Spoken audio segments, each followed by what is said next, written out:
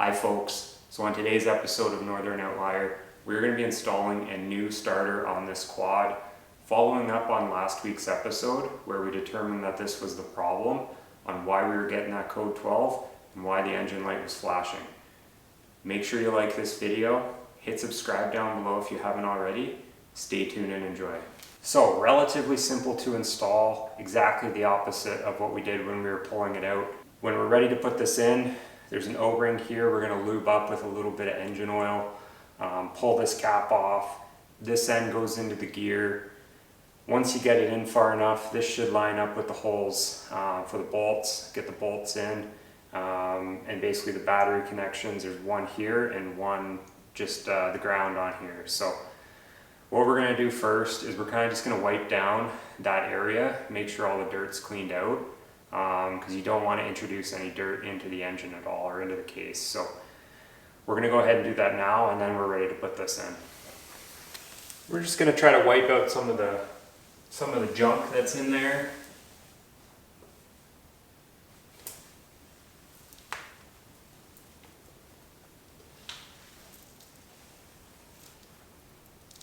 So I've gone and cleaned up in by the starter there, and there was a ton of junk. There was dirt and debris in there, so clean that all up.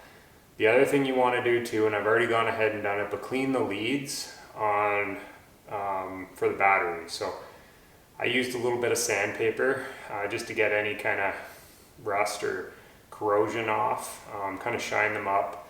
You can put a little bit of dielectric grease on there as well. That always helps. Yeah, but clean those leads so you have a good connection. And now we'll go ahead and we'll get that new starter in. So the first step with the starter, before you put it in, you want to lube up that O-ring. So I think you can get O-ring grease. I'm just using the same engine oil from the bike. So I'm just going to get some on my finger and go around that O-ring, make sure it's lubed up before I slide it in. So it's lubed up, we move that cap off, now it's time to slide it in.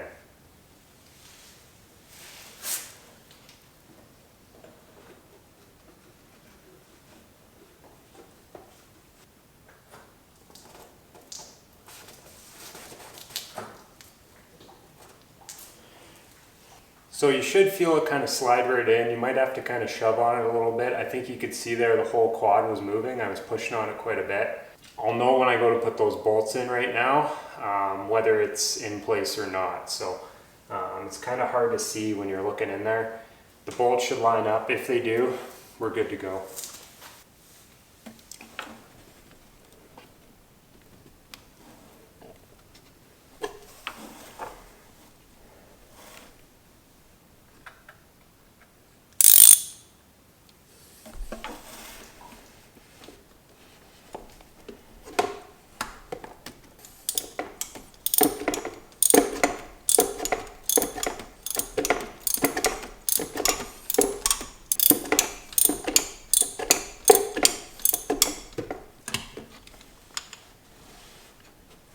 So I got the starter installed. It was a bit of a pain in the butt. I'll show you why here in a second. So on the old starter where the wire went directly on the starter, the little black plastic piece had the opening for the wire facing up.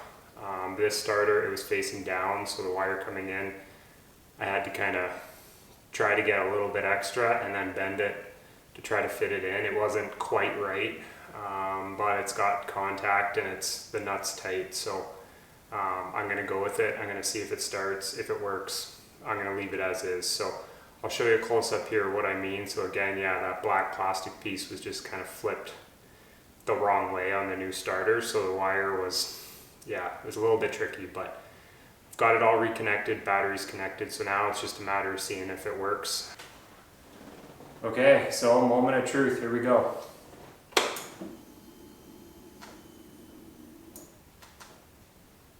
And it's not starting. So I was kind of worrying about that. So that obviously didn't solve the problem, the starter. Although the starter I'm almost certain didn't work. I'm like 99.9% sure that it didn't work. But now I checked the solenoid again, and when I'm trying to start it, it's not putting the voltage isn't, it's not very high. So I had it tested, solenoid's no good. I got a new one. I'm gonna pop that in right now and that should solve the problem.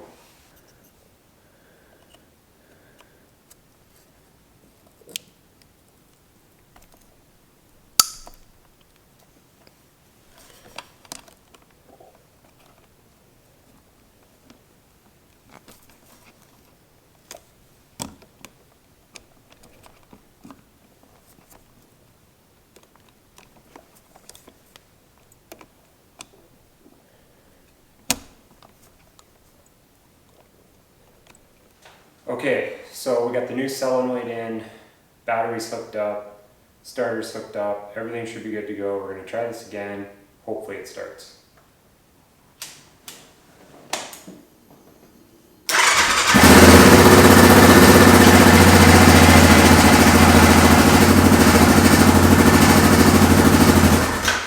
So there you have it. It ended up being both the starter and the starter solenoid.